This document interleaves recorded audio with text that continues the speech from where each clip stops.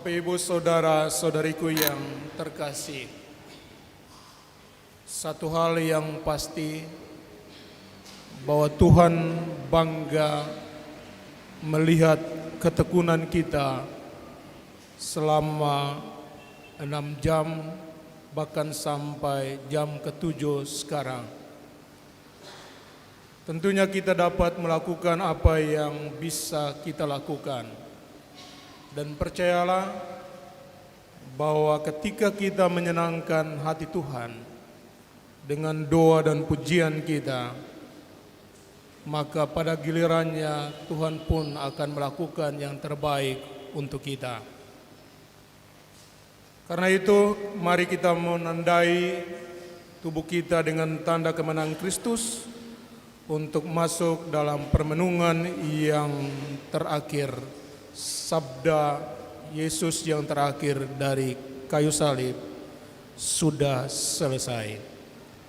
Dalam nama Bapa dan Putra dan Roh Kudus, amin. Tuhan bersamamu. Tentunya Yesus mengalami banyak penderitaan, kesakitan, cemooh, dan juga ejekan, bahkan sampai detik terakhir pun lambungnya ditikam dengan tombak.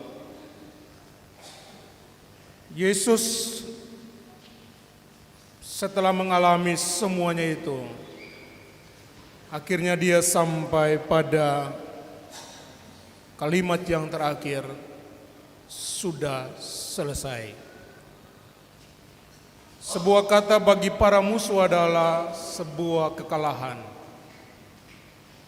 Tapi bagi Yesus, dia telah tabah untuk menjalani apa yang menjadi kehendak Bapa. Maka apapun yang terjadi, tentunya Bapa mengetahui yang terbaik untuk dia dan untuk kita. Kita pun selama 6 jam, bahkan jam ke-7 ini, kita melakukan apa yang Tuhan inginkan. Duduk mendengarkan Dia dan merenungkan apa yang Dia katakan. Sudah selesai bukan berarti segalanya akan berakhir di sini. Tetapi kita telah melakukan bagian kita, maka pastikan bahwa Tuhan pun akan melakukan bagiannya untuk kita. Karena itu mari kita hening sejenak untuk masuk dalam doa, menyiapkan hati dan batin kita untuk mendengarkan tentang renungan yang bertemakan sudah selesai. Sekali lagi kita membawa segala wujud dan doa-doa pribadi kita maupun keluarga. Kita serahkan kepada Tuhan, katakanlah, Tuhan, saya telah melakukan bagian saya. Dan satu hal yang saya percaya, bahwa Engkau pun akan melakukan bagian yang terindah darimu untukku. Kita membawa semua pergumulan, setiap pribadi maupun keluarga, berserah kepadanya. Percayalah bahwa Dia tidak akan mengecewakan kita. Marilah berdoa.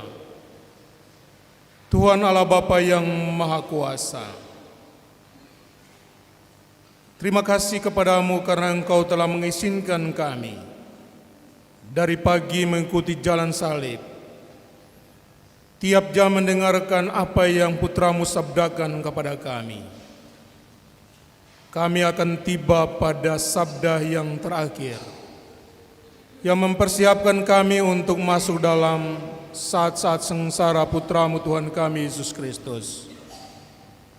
Bukalah lagi hati kami untuk seperti Maria, mendengarkan apa yang disabdakan Putramu, merenungkannya dalam hati, dan mampukanlah kami untuk menjadi pelaksana-pelaksana firman-Mu dalam hidup kami, baik di tengah masyarakat, di paroki, di rukun maupun dalam keluarga kami masing-masing. Bersabdalah, kami para hamba-Mu mendengarkan. Demi Kristus Tuhan dan pengantara kami. Tuhan bersamamu. Inilah Injil suci menurut Yohanes.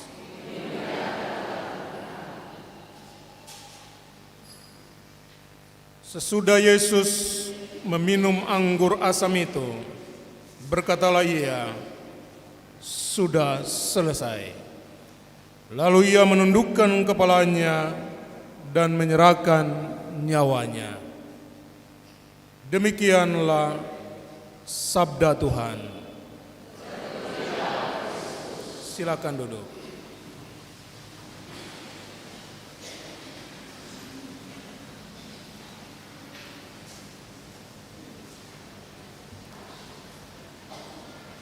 Orang-orang Yahudi, mereka melihat Yesus dan ketika mengungkapkan kata-kata "sudah selesai", bagi mereka Yesus telah kalah. Kalau di Sungai Yordan ketika dia dibaptis, ada suara dari langit, "Inilah putraku yang kukasihi." Bila di Gunung Tabor, ketika dalam peristiwa transfigurasi, pun ada suara di sana, "Inilah anakku yang kukasihi, kepadanyalah aku berkenan." Pun ketika dia lahir, para malaikat dari surga mereka turun ke kota Bethlehem, ke padang Efrata dan mengatakan bahwa hari ini telah lahir juru selamat bagi dunia. Maka kita melihat, merenungkan bahwa selama drama penyaliban, mulai dari Taman Getsemani sampai di Bukit Kalvari, Allah Bapanya tak pernah mengucapkan satu kata pun kepada Yesus putranya. Mengapa Bapa diam? Mengapa Allah yang Dia sayangi sangat diam pada saat-saat Dia sangat membutuhkannya?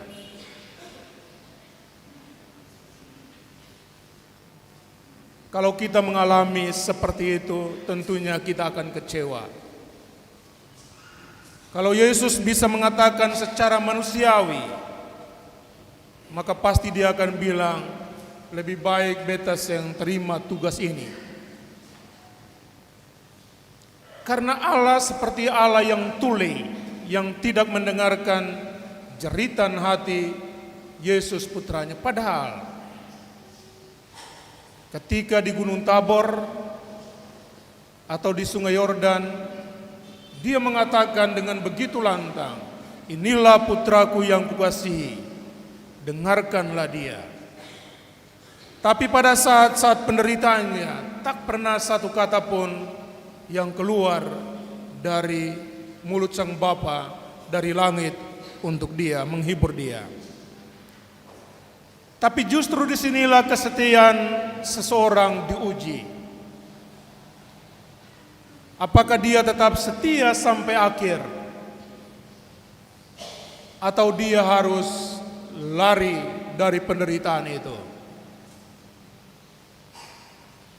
Karena kalau Yesus berpikir tentang dirinya sendiri, maka pasti dia juga akan mengalahkan para serdadu Romawi. Dia juga pasti bisa melepaskan diri dari penangkapan, dari penderitaan, bahkan kematian. Lalu pertanyaan untuk kita renungkan adalah, untuk siapa semuanya itu Yesus lakukan? Untuk siapa? Jawabannya adalah untuk saudara dan saya. Kalau dia tidak mati, maka dosa kita tetap ada. Keselamatan tidak akan menjadi milik kita. Karena itu dengan kata selesai, secara manusiawi, kalau kita misalnya melihat anggota keluarga kita yang sakit-sakitan, sudah berbulan-bulan bahkan bertahun-tahun dia sakit, maka peristiwa kematian yang dialami di satu pihak memang menyedihkan karena kita berpisah dengan dia. Tapi kita akan mengatakan dari hati kita yang terdalam, memang lebih baik dia pergi daripada dia menderita. Karena itu dengan kata-kata sudah selesai mau mengatakan secara manusiawi bahwa semua penderitaan yang dia alami kini pada batas akhir. Ketika seseorang mati maka kesakitan tidak dialami lagi, tidak dirasakan lagi. Ketika seorang mengembuskan nafas yang terakhir, maka dia tidak lagi mendengarkan kata-kata hujatan ataupun bahkan pujian. Ketika seorang mengembuskan nafas yang terakhir, maka tidak ada lagi yang bisa dipikirkan karena tubuh telah mati. Karena itu kata sudah selesai mengungkapkan bahwa semua derita yang dirasakan, sakit yang dialami, luka yang ada pada tubuhnya tidak lagi menjadi sakit. Semua sudah selesai. Tapi makna kata selesai yang kedua adalah bahwa dengan kematiannya murka Allah terhadap kita manusia pun sudah selesai. Karena utang dosa kita tidak dibayar dengan emas atau perak, tapi dibayar oleh darah Yesus sendiri. Dan ketika dia mengucurkan darahnya, maka disitulah selesailah murka Allah untuk kita manusia. Dan ketiga, dengan kata sudah selesai, maka penebusan kita menjadi sempurna. Karena itu ketika mendengarkan kata-kata ini orang Yahudi pada saat itu mereka berteriak, kenapa dia bisa menyelamatkan orang lain padahal dirinya sendiri dia tidak bisa selamatkan? Turunlah dari salib itu sendiri. Atau bahkan penyamun tadi dia menghujat Yesus.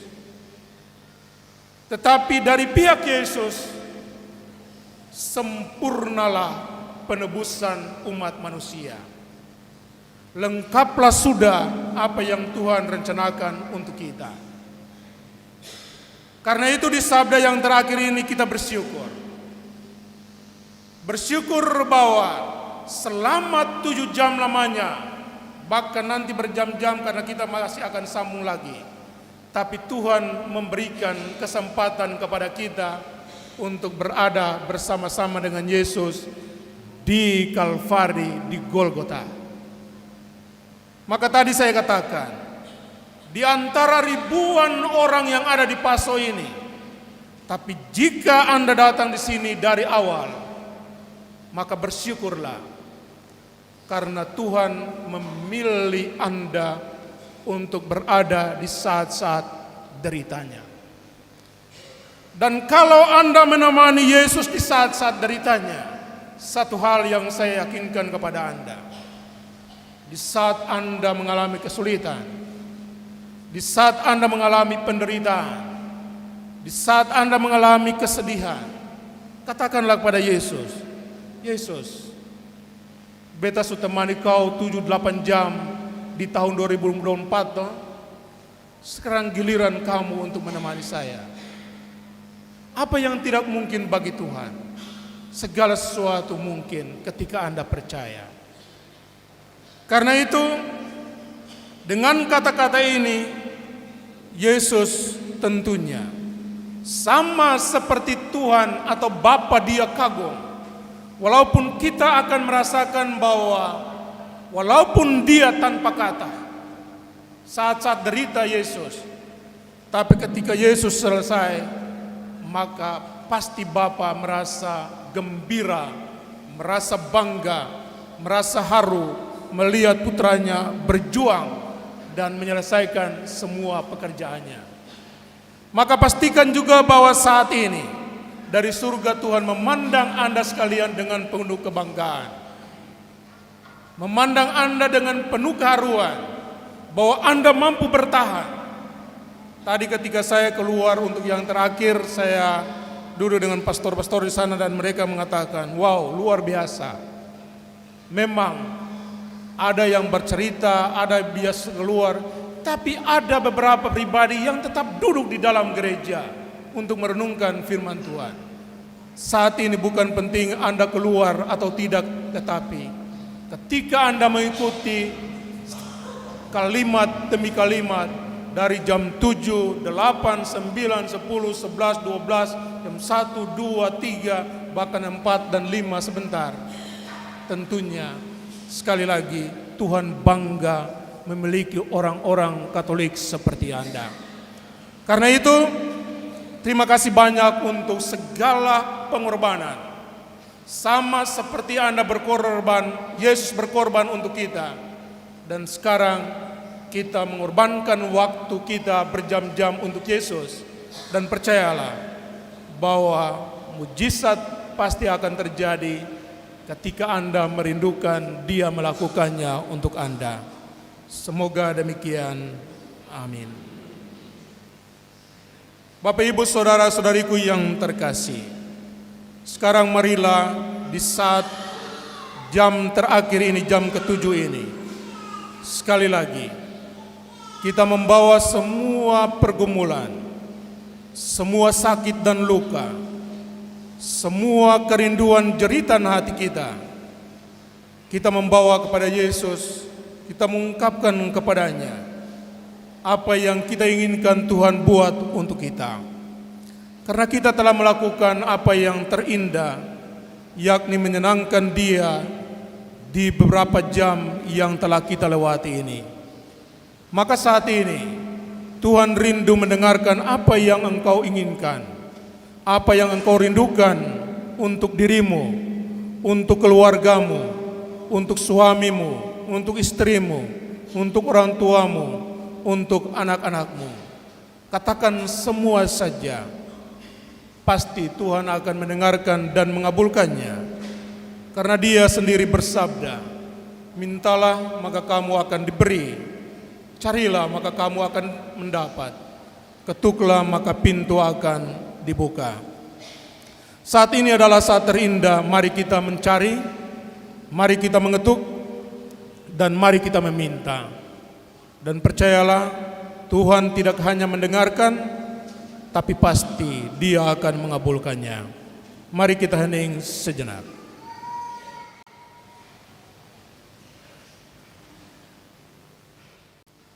Marilah berdoa. Tuhan Allah Bapa yang Maha Kuasa, di penghujung permenungan kami tentang sabda putra-Mu dari kayu salib, kami datang untuk memuji dan menyembah Engkau, bersyukur dan berterima kasih kepada-Mu atas waktu-waktu indah yang Kau anugerahkan kepada kami, atas pilihan-Mu kepada kami untuk mendengarkan sabda terakhir Yesus Putra-Mu. Kami berterima kasih karena Engkau telah memperbaharui diri kami, jiwa dan roh kami, dan Engkau juga memberikan kesempatan kepada kami untuk memohon kepada-Mu, untuk diri kami, untuk keluarga kami, untuk rumah tangga kami, untuk masyarakat kami. Maka mendengarkan apa yang Engkau katakan, bersabdalah maka kami akan mendengarkan. Kami telah melakukannya, dan sekarang kami membawa semua yang kami rindukan ke hadirat-Mu dengan sebuah keyakinan bahwa Engkau tidak hanya mendengarkan apa yang kami ungkapkan, kami doakan, kami bawakan, tapi pasti Engkau akan mengabulkannya. Sama seperti kata-kata putra-Mu sendiri yang menyerahkan seluruh hidupnya kepada-Mu, maka kami pun menyerahkan semua yang kami rindukan, yang ada dalam hati kami kepada-Mu. Dan sekali lagi kami percaya bahwa ketika Engkau melakukan, Itulah yang terbaik dan terindah sesuai dengan waktumu. Doa ini kami sampaikan kepadamu dengan perantaraan Kristus Tuhan kami. Kita berdiri untuk menyempurnakan doa-doa kita dalam doa agung yang Kristus ajarkan kepada kita. Bapa kami yang ada di surga, dimuliakanlah namamu, datanglah kerajaanmu, jadilah kehendakmu di atas bumi seperti dalam surga. Berilah kami rezeki pada hari ini, dan ampunilah kesalahan kami, seperti kami pun mengampuni yang bersalah pada kami. Dan jangan masukkan kami ke dalam pencobaan, tapi bebaskanlah kami. Kita mempunyai seorang ibu yang sangat memahami apapun keperluan dan kebutuhan kita. Mari kita meminta Bunda Maria membawa semua yang kita rindukan kepada Tuhan lewat doa Salam Maria. Salam Maria, penuh rahmat Tuhan sertamu. Terpujilah engkau di antara wanita, dan terpujilah buah tubuhmu Yesus. Santa Maria, Bunda Allah, doakanlah kami yang berdosa ini, sekarang dan waktu kami mati. Kemuliaan kepada Bapa dan Putra dan Roh Kudus.